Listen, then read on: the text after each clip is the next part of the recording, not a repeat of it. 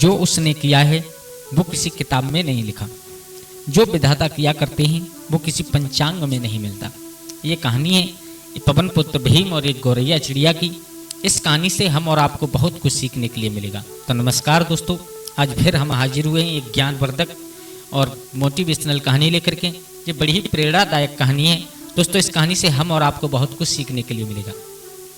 इस कहानी में आप सुनेंगे कि किस प्रकार से पवन पुत्र भीम और एक गौरैया चिड़िया की कहानी है। और इस कहानी में लिखा साफ साफ मालूम पड़ जाएगा कि जो विधाता करते हैं वो किसी में लिखा नहीं है, आज तक ना किसी ने आज तक जान पाया कि प्रभु की इच्छा क्या है। तो नमस्कार दोस्तों, स्वागत है आपका हमारे गजब ज्ञान यूट्यूब चैनल में। दोस्तों, कहानी प्रारंभ करने से पहले आप लोगों से निवेदन है, अगर आप हमारे चैनल पर नए दर्शक मेहमान बंधु बनकर के आए हैं तो प्लीज़ हमारे चैनल को सब्सक्राइब करें और हो सके तो परिवार और दोस्तों के साथ में शेयर कर देना। और हाँ, वीडियो को पूरा जरूर देखना, क्योंकि जब तक आप लोग पूरा नहीं देखोगे तब तक कुछ बात समझ में नहीं आएगी और आधा अधूरा ज्ञान कभी कभी खतरनाक साबित होता है। तो दोस्तों, आप लोगों का समय बर्बाद ना करते हुए आजा गौर करते हैं कहानी की तरफ कि ये बात है द्वापर युग की, जिस समय यादविंद सरकार योगीराज कृष्ण इस पृथ्वी पर अवतरित हुए थे।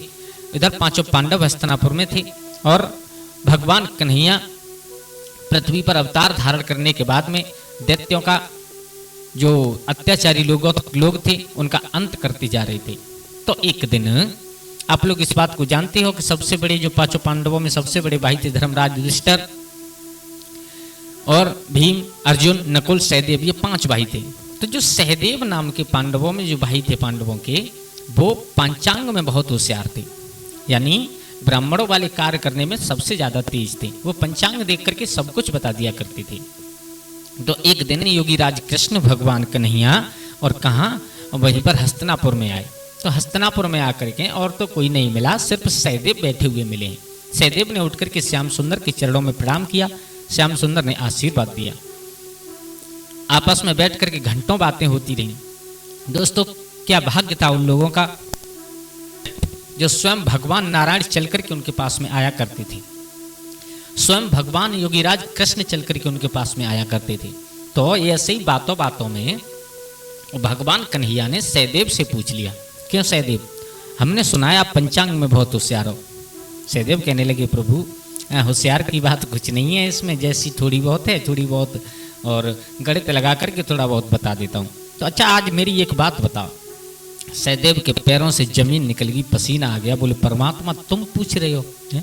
बोले, अरे बताओ, एक छोटी सी बात पूछ रहा हूँ, ज़्यादा कुछ नहीं, कि आप अपनी पंचांग में देख करके और ये बताओ कि बारिश कब होगी। क्या? बोले, हाँ, आप ये बताओ पंचांग में देख करके कि बारिश कब होगी। अब इतना पूछ कह करके और भगवान कन्हैया तो द्वारका के लिए चले गए और इधर सहदेव का खाना पानी सब कुछ छूट गया। अब तो न रात्रि में नींद आती है और न कुछ भोजन अच्छा लगता है, ना किसी से बात करते हैं। सिर्फ और सिर्फ उसी चिंता में बैठे रहते हैं कि भगवान ने पूछा है, अगर और कोई पूछता तो मैं बता भी देता पंचांग में देख करके। और ये तीनों लोगों के नाथ हैं, इन्हीं के हाथ में संसार की डोरी है, ये करें वही होता है। और अगर मैं पंचांग में देख करके इन्हें बता दूं कि अभी कोई मुहूर्त नहीं है, अभी बारिश नहीं होगी, तो ये चाहे तो कल बारिश हो जाए, और मैं ये कहूं कि कल बारिश होगी तो ये चाहे तो महीनों नहीं हो। अब मैं इन्हें जवाब दूं तो दूं क्या? इसी चिंता में सहदेव कुड़ने लगे हैं। मेरे भैया 2, 4, 6 दिन व्यतीत हुए कि सहदेव का शरीर सूखने लगा। अब एक दिन पवन पुत्र भीम चले आ रहे थे। पवन पुत्र भीम ने देखा, बोले, सहदेव तुम्हें मैं 4 दिन से देख रहा हूं, ना कुछ खा रहे हो, ना किसी से बात करते हो, ना ठीक से रात्रि में सो रहे हो। कारण क्या है? क्या चिंता सता रही है तुम्हें? और हमारे होते हुए तुम्हें चिंता, क्या चिंता है बताइए? हम आपके आखिर भाई हैं और हम आपकी चिंता का जरूर कोई ना कोई समाधान निकालेंगे। तो सहदेव ने कहा, देखो भैया भीम, आप कुछ नहीं समाधान निकाल पाओगे। बोले, क्यों? बोले, नहीं निकाल पाओगे, बात ही कुछ ऐसी है। बोले, बताओ तो, जरूर हम समाधान निकालेंगे। तो सहदेव ने कहा है, बोले, भीम भैया तुम इसलिए नहीं समाधान निकाल पाओगे क्योंकि ये पंचांग की बात है, अगर वैसी कोई बात होती तो मैं तुम्हें जरूर बता देता। अरे पंचांग की बात है तो क्या हुआ बताओ, भीम ने जवाब उत्तर दिया। तो आज सहदेव कह रहे हैं, सुनो भैया, चिंता ये है कि एक दिन भगवान कन्हैया आए थे हमारे यहाँ पर, आप लोग थे नहीं, सिर्फ और सिर्फ हमसे मिल करके चले गए। बोले, तो इसमें चिंता वाली क्या बात है? बोले, चिंता वाली बात वो एक लगा के चले गए। बोले, क्या? बोले उन्होंने मुझसे ये पूछा है कि सहदेव तुम पंचांग में बहुत होशियार हो, तुम पंचांग देख करके ये बताओ कि बारिश कब होगी। अब मैं उन्हें जवाब क्या दूं? सहदेव भीमसेन ने कहा सहदेव से तो पंचांग में देख करके बता दो ना, तुम तो बहुत होशियार हो पंचांग में, हैं देख करके जवाब दे दो कब होगी। बोले भैया बात वो नहीं है, मैं देख करके बता दूंगा और बताने के लिए मैं सब कुछ गणित लगा लेता हूँ, लेकिन अगर मैं उनसे ये कह दूं कि अभी नहीं हो रही है तो वो चाहे तो अभी हो जाए, और अगर मैं उनसे ये कह दूं कि अभी एक या 2 दिन में होगी तो वो चाहे महीनों निकल जाए, बारिश होगी नहीं, क्योंकि वो परमात्मा है। भीमसेन ने की सहदेव बात तो सही है, कन्हैया तुम्हें फंसा करके चले गई। एकदम भीमसेन कहने लगे, बोले अच्छा चलो समझो तुम्हारी चिंता दूर। बोले कैसे? बोले कन्हैया का जवाब मेरे पास है? बोले हाँ। बोले क्या है मुझे बता दो। बोले तो मैं नहीं बताऊंगा, और ये तो जवाब मैं कन्हैया को ही दूंगा। अच्छा तुम आराम से खाना खाओ, आराम से सो, आराम से सबसे बातें करो, बिल्कुल चिंता त्याग दो, और जब कन्हैया आकर के तुमसे पूछे तो उनसे कह देना कि आप भीम भैया से जवाब ले लो। बोले ठीक है। मेरे भैया सहदेव ने अपनी चिंता त्यागी। अब 2-4-6 दिन बाद कन्हैया फिर आए। कन्हैया ने आकर के सहदेव से पूछा क्यों सहदेव, हम तुमसे एक बात कह करके गए थे, हैं तुमने उसका जवाब नहीं दिया, आज तक कोई उत्तर नहीं दिया। तो सहदेव ने हाथ जोड़े, बोले प्रभु उत्तर देने में मैं तो असमर्थ हूँ, लेकिन हाँ आपके सवाल का जवाब भीम भैया के पास जरूर है, आप उनसे पूछ लीजिएगा। तो जब भगवान कन्हैया और पवन पुत्र भीम के पास आए, भीमसेन ने बड़ा सम्मान किया, श्याम सुंदर का सम्मान देकर के बिठाया, उनकी सेवा की। सेवा करने के बाद घंटों बातें करते रहे। तो कन्हैया ने वही बात छेड़ दी। बोले ये बताओ सहदेव ने मुझे तुम्हारे पास आने के लिए कहा था। बोले क्यों? बोले कोई सवाल तुमसे सहदेव से हमने किया था और उसका उत्तर मांगा, तो उन्होंने कह दिया कि उत्तर भीमसेन के पास है, आप भीम भैया से पूछ लीजिए। बोले सवाल क्या है तुम्हारा? बोले सवाल ये है कि सहदेव से मैंने पूछा था कि पंचांग में देख करके ये बताएं बारिश कब होगी। तो सहदेव ने कोई उत्तर नहीं दिया और उन्होंने ये कह दिया कि भीम भैया से पूछ लेना। बोले प्रभु अभी हम आपके सवाल का उत्तर देते हैं, आप थोड़ी देर रुकिए।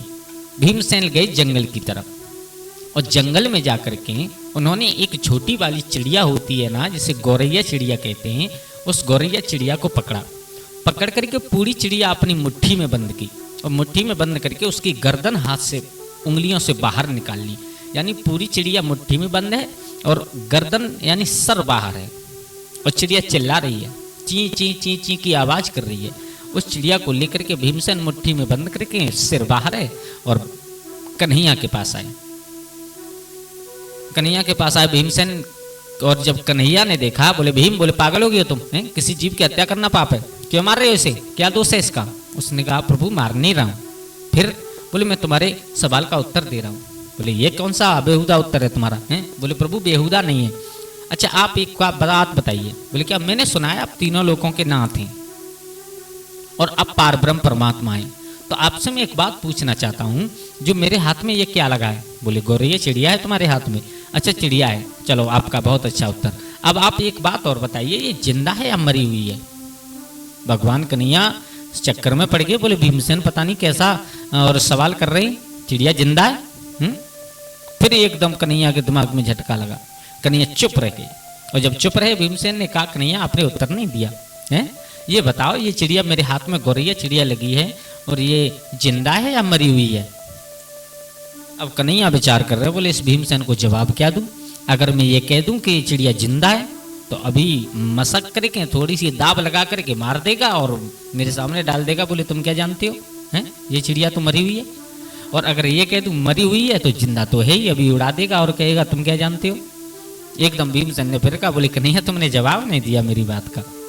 भीमसेन थोड़े से मुस्कुरा रहे, हंस रहे और कन्हैया की टांग खींच रहे। कन्हैया कहने लगे, भीमसेन कहने लगे कन्हैया जवाब दीजिएगा आप हमें, हम आपसे जवाब पूछ रहे हैं, ये जिंदा है या मरी हुई है? तो एकदम कन्हैया ने जवाब दिया। सुनिए कितना सुंदर जवाब दिया।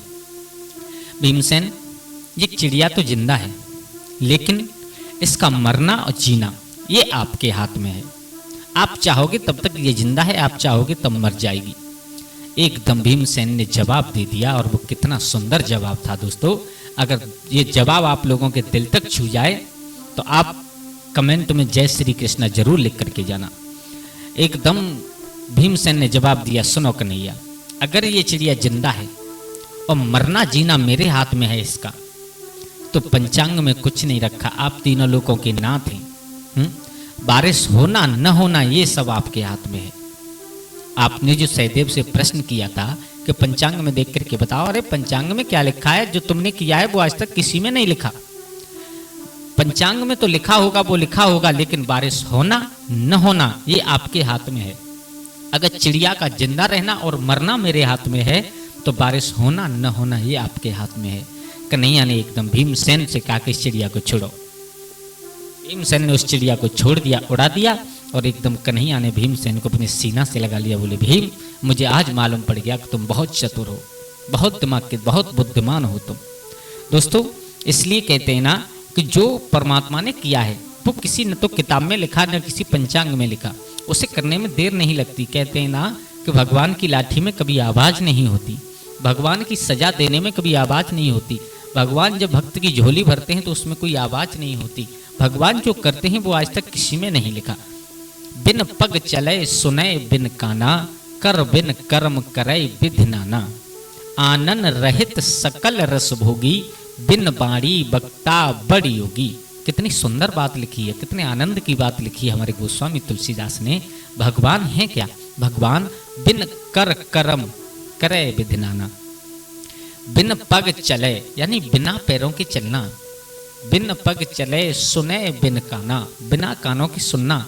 बिन कर कर्म यानी बगैर हाथों के काम करना, कार्य करना। बिन कर कर्म करे विधि नाना, अनेक प्रकार से कार्य करते हैं। और आनंद रहित सकल रस भोगी, जिनका कोई मुख नहीं है, बगैर मुख के सभी रसों का स्वाद लेने वाले हैं, सभी रसों को भोगने वाले हैं, बगैर मुख के, यानी आनंद रहित सकल रस भोगी। बिन बाणी वक्ता बड़ी योगी, और बगैर आवाज के बहुत सुंदर वक्ता है मेरे परमात्मा। दोस्तों, इसलिए या कहते हैं कि भगवान करते हैं वो कभी किसी को दिखाई नहीं देता, लेकिन जब हो जाता है तब हम और आपको दिखाई जरूर देता है। दोस्तों, आशा करता हूँ आप लोगों को कहानी अच्छी लगी होगी। अगर अच्छी लगी हो तो प्लीज़ कमेंट में एक बार जय श्री कृष्णा जरूर लिखना, और हमारे चैनल को सब्सक्राइब कर लेना। अगर आप भगवान कन्हैया से सच्चा प्यार करते हैं तो जरूर कमेंट में जय श्री कृष्ण लिखेंगे और हमारे चैनल को सब्सक्राइब करेंगे। दोस्तों, आज के लिए बस इतना ही। कल फिर मिलते हैं किसी एक नई कहानी, एक नई चर्चा के साथ। तब तक के लिए सभी लोग आनंदित रहें, खुश रहें। जय श्री राधे, जय श्री राम।